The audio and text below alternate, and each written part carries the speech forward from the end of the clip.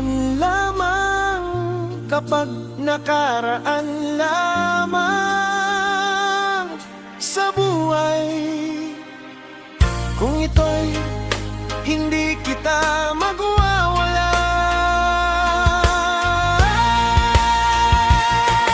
sa buhay kung ito'y kapag nag-iisa.